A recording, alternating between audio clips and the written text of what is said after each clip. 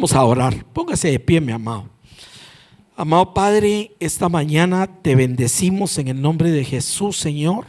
Te damos gracias por tu amor, por tu misericordia. Te damos gracias, Señor, por todos estos años que tú has venido trayendo este ministerio, creciendo, dando fruto en muchas áreas y sobre todo, Señor, también creciendo en cada día más personas que se involucran en la obra con toda responsabilidad. Y eso permite el crecimiento también, no solo de la congregación, sino a través del ministerio también de Ángel y de Carol, también de todas esas iglesias en Guatemala que tienen tantas necesidades, Señor. Como decía mi hermano, tú conoces que tenemos tanta división, tanta situación en nuestras iglesias, que es necesario que gente con una verdadera vocación sea la que vea lo que está pasando y sea los que se comprometan, Señor, a llevar adelante todo ese camino. Gracias esta mañana. Te pedimos que tú bendigas el consejo de tu palabra y que nos ayudes a meditar también para el crecimiento de nuestro corazón. Y bendice abundantemente a todos y cada uno de mis hermanos en este ministerio. Gracias, Señor, en el nombre de Jesús. Amén. Una de las cosas más maravillosas en la personalidad de Dios es el orden. Dios es un Dios de orden en todas las cosas. Y hay muchos ejemplos en la palabra que nos enseñan, por ejemplo, la construcción del tabernáculo, la construcción del arca de Noé, el establecimiento del sacerdocio levítico. En cada etapa de la palabra lo que vemos es orden, pero esa orden descansa en el tema de la autoridad y descansa también en una palabrita que por ahí a veces no la vemos bien, que se llama delegación. Y la delegación tiene una razón de ser. Como decía mi hermano Ángel hace un momentito, no somos capaces de aguantar una obra que está creciendo y creciendo y creciendo, y haríamos mal en eso, porque cuando una iglesia se centra solo en una persona, muchas veces han habido problemas, y es también la oportunidad de nuevas personas que están floreciendo y que están naciendo y creciendo y que a su vez se van a multiplicar. Un hermano decía hace muchos años que la iglesia de Cristo no se divide, sino se multiplica, y esa es una gran verdad. Yo lo he visto en mi ministerio de más de 30 y pico de años. Ha venido gente que ahora trabaja con otros ministerios, estuvieron pasos de 15, 20 años con nosotros, pero entendimos un día con mi esposa que la obra es del Señor y Él pone sus piezas donde Él quiere y Él hace la obra a través de hombres como somos cada uno de nosotros. Hay un pasaje que se encuentra en Éxodo capítulo 18. Voy a leer solamente algunos versículos. En Éxodo 18, Israel acababa de salir de Egipto. Y claro, imagínense 400 y pico de años de esclavitud. Venían totalmente desubicados. Habían visto la gloria de Dios quebrantar el poder de Faraón. Venían de la tremenda experiencia de verse abrir el Mar Rojo. Muchas experiencias fuertes con el Señor. Pero en medio de todo aquello había un líder que Dios escogió y un líder que fue prácticamente el que llevó la batuta en todo esto, acompañado de un hermano de él, que era Aarón, y era Moisés, uno de los personajes principales que encontramos en toda la revelación divina. Pero había caído en un error, y el error era que lo quería hacer todo. Ese es el gran problema. Y yo lo he visto, yo he trabajado con varias iglesias muy grandes y eso se vuelve un problema, porque la carga que pueda llegar a tener alguien es una carga que ya no puede atender muchas veces. Y Dios está requiriendo en nuestra vida atender más cosas también, como esto de este ministerio también. ¿Qué sucedió? Que vino Jetro, el suegro de Moisés, y se da cuenta que el pobre Moisés no tenía tiempo ni de tomar café. Estaba atendiendo a la congregación, imagínense, 600,000 de a pie, dice la palabra. Ya se puede imaginar las necesidades, la consejería, todo lo que había de aquel pueblo. Y ve en medio de todo aquello y empieza a observar. Y Dios lo usa para darle una palabra a Moisés. Dice la palabra: Oye ahora mi voz, le dice Jetro a Moisés, yo te aconsejaré y Dios estará contigo. Está tú por el pueblo delante de Dios y somete tú los asuntos a Dios y enseña las ordenanzas, las leyes, muéstrales el camino por donde deben andar y lo que han de hacer. O sea, todo esto lo había venido haciendo y lo iba a continuar haciendo. Pero dice, además, escoge tú entre todo el pueblo varones de virtud, temerosos de Dios. Y ese es el punto clave de lo que es la delegación. O sea, vinieron una serie de siervos con una serie de requisitos, porque es un llamado divino, es una tremenda responsabilidad, y Moisés pudo descargar en ellos con totalmente el apoyo de Dios todo aquel trabajo, y empezó lógicamente a atender otras cosas que eran necesarias. Recuérdese que era el que tenía el contacto directo con Dios, era quien Dios usó para dar la ley, para las instrucciones del tabernáculo. Había muchas cosas que, si usted suma todo esto con atender a una congregación de 600,000, ya el hombre no podía y no iba a poder. Yo he oído a veces a alguien decir, no, el Señor da la fuerza. Sí, el Señor da la fuerza, pero la fuerza es humana. No podemos pedirle que seamos Superman. Y por eso es que viene el tema de la delegación. Este es el objetivo principal. Desde aquí lo vemos. Aparece en el libro de los Hechos más adelante, cuando empezó la iglesia, nuevamente se da el fenómeno. Aquellos discípulos empiezan a predicar la palabra, pero se empieza a crecer las necesidades de atender de la congregación. Imagínense que en una prédica se unían 3,000, 5,000, ya se puede imaginar la tasa de crecimiento de esa iglesia, más toda la visión que venía de ir al mundo y predicar el evangelio. Y en medio de todo ello, igual, con la misma sabiduría, vienen los apóstoles y escogen a los primeros diáconos. Ahí viene nuevamente el tema de la delegación. Eran 7, me parece, y ellos estaban encargados de otras tareas que había que hacer en la congregación para que los líderes, en este caso, pudieran atender siempre esa relación con Dios. Y algo que es importante mencionar, o sea, en ese orden no es que haya una jerarquización de que lo que haga alguien sea menos importante que lo que hace otro. Eso es algo muy importante de entenderlo. Recuérdense que el apóstol Pablo en 1 Corintios 12 da una enseñanza magistral sobre lo que es el cuerpo de Cristo, y ahí nos enseña que el brazo es tan importante como la mano, como el ojo, como la oreja, como el pie. Todos somos parte del cuerpo de Cristo. Aquí lo que Dios pone es un orden en ese cuerpo, pero también en ese orden hay una autoridad establecida. En 1 Corintios capítulo 11 verso 3 dice la palabra: quiero que sepáis que Cristo es la cabeza de todo varón, y el varón la cabeza de la mujer, y Dios la cabeza de Cristo. Aquí estamos hablando de la columna vertebral de toda esa delegación. O sea, Dios, el Hijo y el hombre y su esposa. O sea, aquí no menosprecia, tampoco sabemos claramente el ministerio de la mujer. Luego dice en Efesios capítulo 1 verso 22: sometió todas las cosas, hablando de Jesús, bajo sus pies y lo dio por cabeza sobre todas las cosas a la iglesia. O sea, ya a nivel de esto, Cristo es la cabeza de la iglesia. Y le voy a decir, esto nos empieza a presentar un orden muy bello. ¿Por qué? Porque Dios no dejó de ser la cabeza de todo, pero ahora hay una delegación en la cabeza de la iglesia. Ese es el punto que quiero que vaya viendo, el orden que presenta. Dios es la cabeza y sometió todas las cosas a los pies y lo dio por cabeza sobre todas las cosas a la iglesia, la cual es su cuerpo, la plenitud de aquel que lo llena todo. Vamos viendo el orden.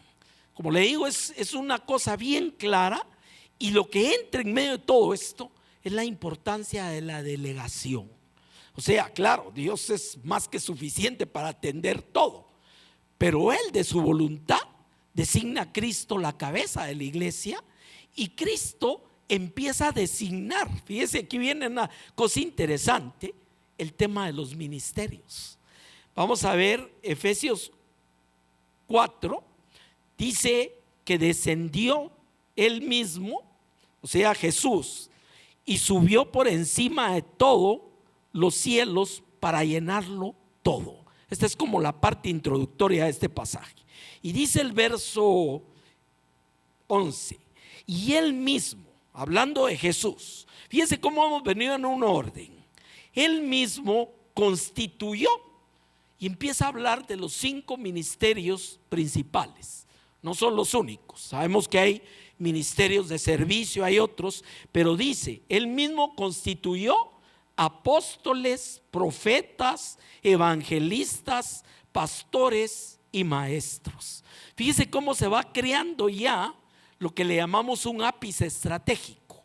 Hay una cabeza que viene descendiendo a cierto orden y está llegando ahora al nivel ya congregacional. Ahorita está con los ministerios. Algunos teólogos dicen algo muy interesante. Dice que los 5 ministerios son los 5 dedos de Dios para la formación de la iglesia. Y fíjese, hay un objetivo. Aquí empezamos a ver ya objetivos. Dice, a fin de perfeccionar a los santos para la obra del ministerio, para la edificación del cuerpo de Cristo. O sea, hay puntos específicos del porqué de esa delegación. ¿Puede Dios trabajar directamente con su iglesia? Por supuesto que puede, pero su modo de trabajo es delegando autoridad y delegando poder. Por eso Jesús mismo dijo, os doy poder de hollar serpientes, alacranes y contra toda fuerza del enemigo, y nada los dañará. En todos estos elementos encontramos la delegación, encontramos cómo los siervos de Dios en el orden del Señor van pasando, como decimos, la estafeta. Siguen teniendo una responsabilidad. Como decía mi hermano, no es irse de la iglesia. En el ministerio cristiano, algo que he aprendido toda mi vida es que no hay jubilación. O sea, algunos se jubilan. No hay jubilación. El llamado de Dios es irrevocable, y yo creo que el último día de nuestra vida va a ser para ministrar la palabra y para amar a Dios. Eso nunca va a parar. Pero en todo eso, lógico, va mermando nuestra fuerza también, nuestra capacidad. Ya vamos teniendo menos impulso, menos todo, no menos amor, no menos ganas de servir a Dios. Y todo eso es lo que conlleva, porque es la importancia no solo de la reproducción espiritual, sino de la delegación espiritual. ¿Me va entendiendo el punto de esto? O sea, el objetivo de ir trasladando, de ir trayendo esta delegación a ministerios, es para perfeccionar a los santos. O sea que está muy claro cuál es el norte de la iglesia para la obra del ministerio y la edificación del cuerpo de Cristo. Y aquí hay un conector gramatical muy interesante, y es la palabra hasta. O sea, ¿hasta cuándo? Mire lo que nos dice la palabra.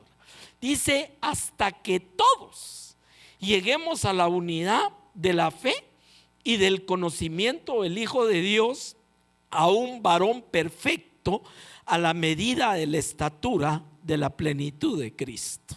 Si algo es un objetivo, si algo es una meta tan grande, tan inalcanzable humanamente, es esto que estamos leyendo.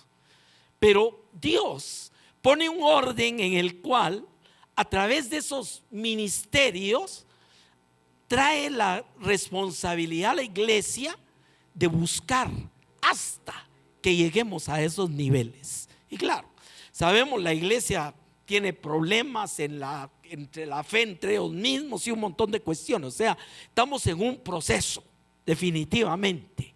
Pero es un proceso en el cual somos una parte activa.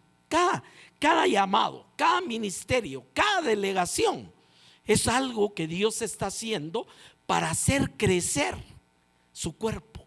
Fíjese que ahí hay un elemento biológico, sé que hay varios médicos aquí. O sea, ¿cómo crece el cuerpo? Multiplicando células, ¿es cierto o no? Y esa es la manera como trabaja Dios. Va multiplicando siervos, va multiplicando ministerios para que cada día vaya creciendo el cuerpo de Cristo. Y sabemos que en el grado que crece y se fortalece, también empieza a reproducirse. Fíjense que todo lo que nos enseñó el Señor a través del tema de la biología, etcétera, es exactamente una alegoría de cómo funciona prácticamente la vida espiritual en la iglesia. Y eso es lo que hemos visto. Imagínense, hace cuántos siglos eran apenas un grupo de discípulos medio asustados allá por Jerusalén. Y después de 2000 años, ¿qué es lo que encontramos? Encontramos millones de hijos de Dios y siguen dando fruto y siguen multiplicándose. La iglesia sigue creciendo y va a seguir creciendo, no la va a parar nada, ni el diablo ni nada. Pero todo es a través de ese orden de que hay cabezas, hay ministerios, hay funciones donde Dios está reproduciendo a su cuerpo. Fíjese que ese es el tema acá, muy interesante esto. Dice en primera de Timoteo, verso 5, dice los ancianos. Recordemos que a los siervos les llama obispos, ancianos, pastores, son diferentes formas de verlo. Los ancianos que gobiernan bien sean tendidos por dignos de doble honor, mayormente los que trabajan en predicar y enseñar. Fíjense que esto es un aspecto muy importante, porque también empieza la contraparte del reconocimiento y el apoyo de la congregación en general. Yo vivo con la idea siempre que Dios no trae a nadie a la iglesia si no es para hacer algo. Nadie puede decir, no, a mí el Señor aquí me sentó y aquí me quedo. No, todos tenemos una función. Hay funciones muy grandes, hay otras pequeñas, pero todos. Y nadie puede tampoco decir, mira hermano, es que yo sí no soy cantor así como mis hermanos, no puedo predicar, a mí me cuesta. No, estoy seguro que por lo menos sí sabe orar. ¿Es cierto o no es cierto? O sea, nadie puede decir que está en la iglesia para no hacer nada. Y esa es la parte donde los ministerios vienen subiendo, vienen reproduciendo, y ahí es donde vemos que muchas veces se da un dicho en las iglesias que para mí no es un buen dicho, cuando dice es que están los de la foto. ¿A qué se refieren los de la foto? Los que siempre son los que trabajan. ¿No se ha dado cuenta de eso? O sea, no es que los hermanos son los de la foto. Hermano, aquí todos somos de la foto. ¿Me entiende? Todos somos de la foto. Todos tenemos responsabilidades con Dios. Todos fuimos llamados con propósitos divinos. Todos tenemos que presentarle a Dios un día la responsabilidad de lo que hicimos con los dones que nos dio. Claro, unos tienen el gran don del canto, otros de otras cosas, pero usted tiene dones. A nadie dejó Dios en la iglesia sin dones. Y fíjense que hay una parábola donde Jesús dice que a cada quien le repartió según su capacidad. A mí me gusta mucho eso. O sea, Dios no te va a pedir que llenes estadios o que hagas conciertos en que se llenen 100,000. Puede ser que sí, no digo que no, pero eso sí, en lo que te haya llamado a hacer es donde mucho va a pedir de tu fidelidad y de tus resultados. Ese es lo más importante de entender en la vida cristiana, y no tampoco una mentalidad como oí hace muchos años a alguien que me lastimó. Decía, es que yo soy una pequeña cuñita de madera que no servía para nada, el Señor la recogió para ponerla ahí en un clavito. Perdóneme, yo no tengo esa visión de lo que Dios me llamó a hacer. Yo creo que un Dios grande nos ha llamado a hacer cosas grandes. Un Dios grande nos ha llamado a que impactemos en nuestro tiempo, en nuestra generación, en nuestra sociedad. Estamos viviendo tiempos sin precedentes. O sea, hemos estado platicando con Ángel del tema de querer unir las religiones y un montón de cosas. Le digo, se están dando muchas cosas que no se daban anteriormente. Yo no sé, yo soy un poquito escéptico del tema, si usted quiere, ¿cómo se llama? Escatológico, pero es innegable que están pasando cosas y en el grado que eso se acelera, nos hace aún más responsables de esa delegación que hemos recibido de parte de Dios para hacer las cosas de la obra del Señor. Cada día, mire, yo no concibo que pasemos un día sin no haber hecho algo para el Señor. Cualquier cosa. Tal vez hay un hermano con necesidad, agarre el teléfono, llámelo y ministrelo. Siempre se puede hacer algo. O sea, no podemos pasar un día y decir, Señor, es que estaba cansado, me di vacaciones. No es cierto. Tenemos tantas cosas y tenemos tantas necesidades en nuestro alrededor. Nuestro entorno es un entorno de necesidades, mi amado. Y no solo, claro, hay mucho de qué hablar de las necesidades económicas, de tantas cosas, pero lo peor de todo, y que no muchos tienen la visión de darse cuenta, es la necesidad del entorno espiritual en que vivimos. Mire, incluso estamos ahorita en una época que a mí me da tristeza ver que la gente, con tanta falta de conocimiento de las verdades de Dios, ande queriendo agradar a Dios con algo que está claro en la palabra que le ofende. Imagínese. Y es la época y todavía le llamamos la fe. Eso no es fe, eso es religión. Y no tiene nada que ver con lo que es la fe. Yo siempre pongo el ejemplo en Hebreos capítulo 11, todo cuando dice que por la fe hicieron un montón de cosas, un montón de personajes. Usted jamás va a encontrar ahí religión. Son hechos de vida creyendo y confiando en Dios. Eso es lo que usted encuentra. Y cosas que aparecerían tal vez hasta absurdas. Dieron vueltas en Jericó, salió sin saber a dónde iba. Eso se llama fe. Fe no es religión. Y le digo, todo ese tipo de entorno, especialmente somos de un trasfondo cultural donde la gente crece creyendo que eso es Dios. Crece creyendo que eso es la forma de agradar a Dios. Y le digo, es lo más lejano de las verdades de qué es agradar a Dios. ¿Y eso qué es lo que nos lleva? Nos lleva a una palabra que dio Jesús. Dijo, oren al Padre que mande obreros porque la mies es mucha. O sea, la mies, la necesidad está creciendo, pero de una manera increíble en todo este tiempo. ¿Y qué es lo que pasa? Que muchas veces los obreros ya no son suficientes. Es lógico. Y Dios está levantando gente y está delegando y está mandando todo. Pero muchas veces no tenemos la visión cuánto podemos servir en esta generación, en este tiempo, si aceptamos el reto del llamado de Dios en nuestra vida. Y déjeme decirle, para ir terminando, ese llamado de Dios es para valientes. ¿Se acuerda que el Señor lo dijo? ¿Por qué? Porque esto no es religión, es un reto, es una guerra. No tenemos lucha contra carne ni sangre, sino contra principados y potestades de las regiones celestes. No es algo sencillo, y es más, por eso la parte que ya no me generó esto, no sé, era la parte en epístolas como Tito y como Timoteo. Hay muchísimos requerimientos de aquel que es llamado a servir a Dios. Muchos requerimientos. Y entre ellos quiero resaltar uno, y es el tema del testimonio.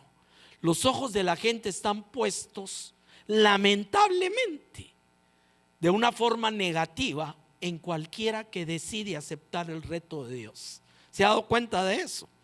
Por eso ni se le va a ocurrir estornudar, porque lo mandan al infierno. Esa es la realidad.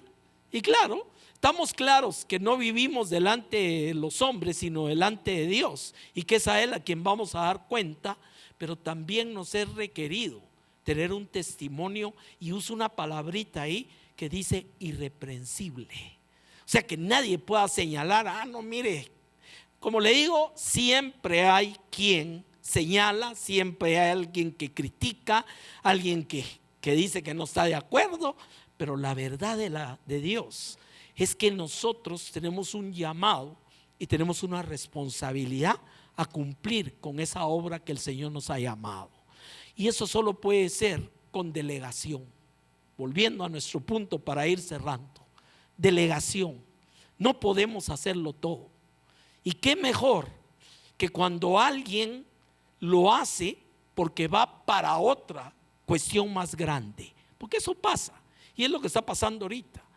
Yo estuve platicando varias veces con mis hermanos cuando andaban por toda Guatemala y iban de un lugar a otro, y a la otra semana ahí recibían los videos. Eso no es fácil. Yo tuve años en que trabajé viajando mucho y es cansado, se pierde mucho tiempo, y peor ahora con las carreteras, con un montón de cosas. Pero le digo una cosa, ellos tomaron el amor de hacerlo.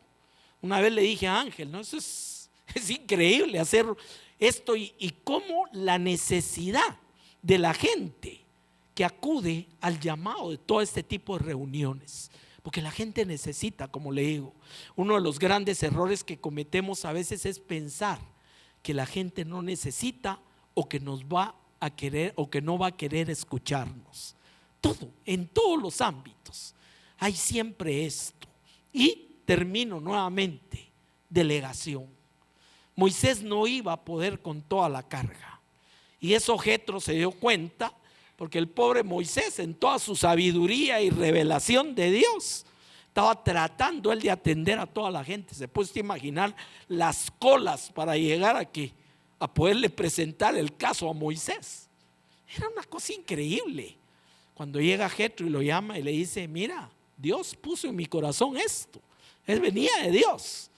Le dice, escoge varones especiales, escoge gente que tenga dones, varones de virtud, temerosos de Dios, que te ayuden con esta tarea. Y lo que hizo Dios fue tomar del espíritu que había puesto en Moisés y ponerlo en todos estos siervos. Los 7 diáconos que aparecen en el libro de Hechos, al principio fueron llamados a algo muy humilde, a servir mesas. Ese es otro tema interesante. Pero después vemos a Felipe el evangelista, vemos otra orden de ministerios dentro de ellos, porque una de las cosas que hace Dios con esa delegación es también empezar a promocionar. Ese es el otro tema también. Va a empezar a promocionar. Al que mucho se le da, se le va a pedir mucho, pero al que le dieron los 10 talentos y respondió, le dieron otros 10 talentos. Y eso es una verdad que tenemos que atender. Muchas veces hay hermanos que pasan años pidiéndole a Dios que lo use, que el Señor lo ponga en un lugar y todo, pero la pregunta es: ¿qué hemos hecho con lo que nos ha dado? Porque a veces nos da algo muy poquito, pero va a ver nuestra fidelidad. Sabe que yo empecé en el ministerio hace ya 40 años llevando contabilidad en el IMSS Central. Una vez me llamó el pastor, porque yo conocía a otro pastor que le había dicho, mira, él maneja contabilidades y números y todo, y me dijo el famoso hermano Otto, me dijo, hermano, quiero que trabaje con nosotros. Dije, aquí está mi Biblia, ¿dónde me van a mandar a predicar? Me dijo, es que fíjese que la contabilidad me la dejaron desordenada y necesito que pongan orden ahí. Lo hice con todo mi corazón durante 2 años. ¿Me entiende el punto de esto? Y de ahí vino la promoción, de ahí vino otro nivel de ministerio, porque Dios es fiel, pero quiere fidelidad también. Delegación. ¿Qué es delegación? Es lo que hizo Jetro con Moisés. Mira, dice Dios, que escojas varones y que ellos te ayuden, porque no vas a poder tú. Ese fue el punto de acá. Y eso es lo que se va a hacer hoy acá, en esta congregación.